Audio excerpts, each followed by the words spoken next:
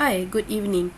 My name is Shajita Devi and I will brief about the audit of going concern.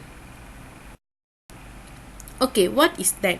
In a recent years, during the period of credit crisis and economic downturn that has affected the world's economy and banking and financial sectors in particular, it has been argued in many circumstances by different parties that the assessment and the disclosure contained in audited accounts and auditors' reports in respect of the ability of the company to continue in businesses in the foreseeable future as a going concern were not satisfactory, and particularly in respect of entities that collapsed not long after their financial statements prepared on a going concern basis were issued.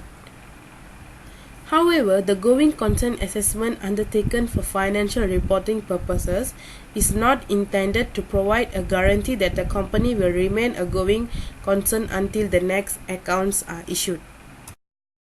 Okay, Internal Standard of Auditing 570 state that going concern stresses such a point as the going concern assessment is made at the date of the approval of the financial statements, and it takes into account the relevant facts and circumstances known that date. Therefore, judgments that were reasonable at the time may be inconsistent with the future events and circumstances that may cause an entity to cease to continue as a going concern. Okay, the audit of going concern is reported by the audit regulators and supervisory bodies in a various jurisdictions to be one of the most problematic areas of the audit process.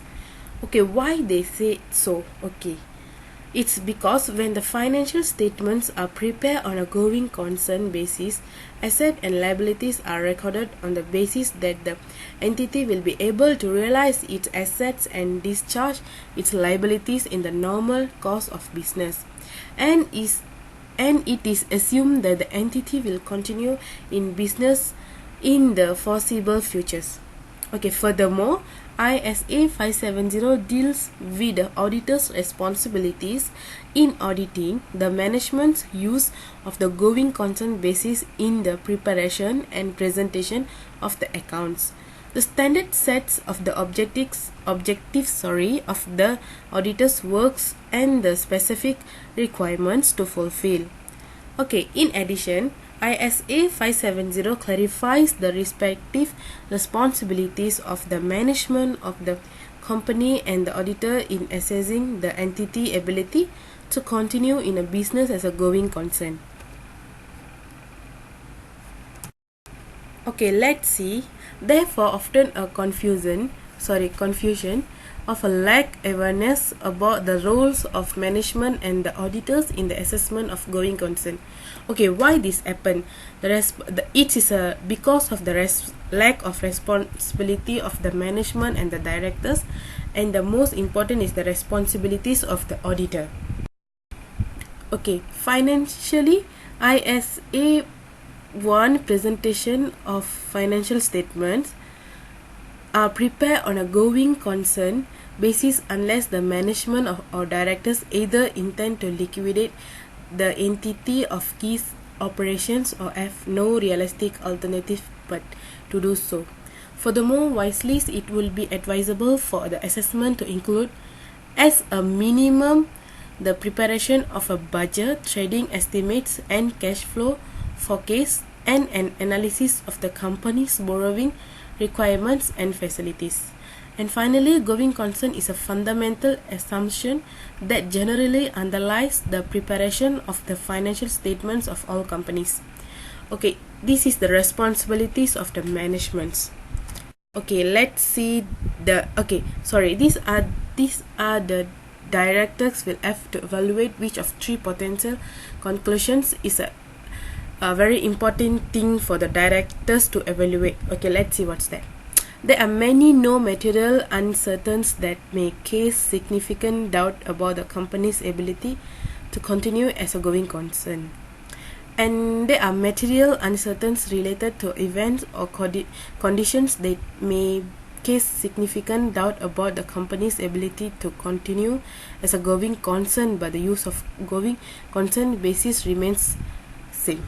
Okay, and the directors should also indicate on what grounds they consider the use of the going concern basis to be appropriate in view of identify uncertainties.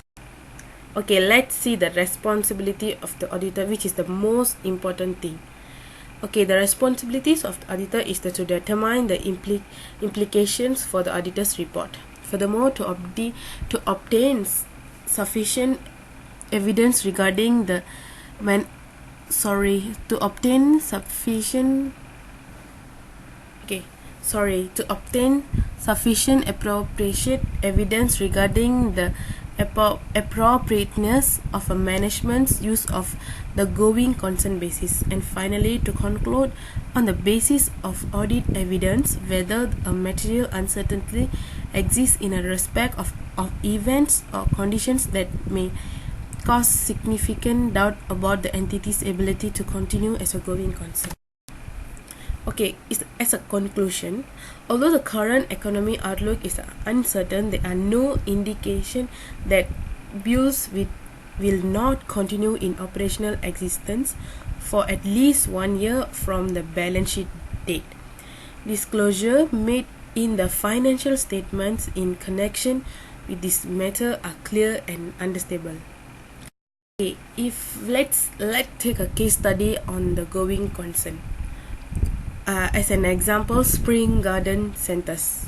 Okay, Spring Garden Centers does not have net liabilities or net current liabilities, and their cash balance is considerable, being 12% of all assets. Okay, furthermore, they not appear to be any operating indicators such as a loss of key employees and management. And finally, there are no loans falling due in the next year that the company doesn't have the resources to pay back, and the cash flow are not negative but they substantially reduce, and its trends continue will become a negative in the subsequent period. That's all from me. Thank you very much.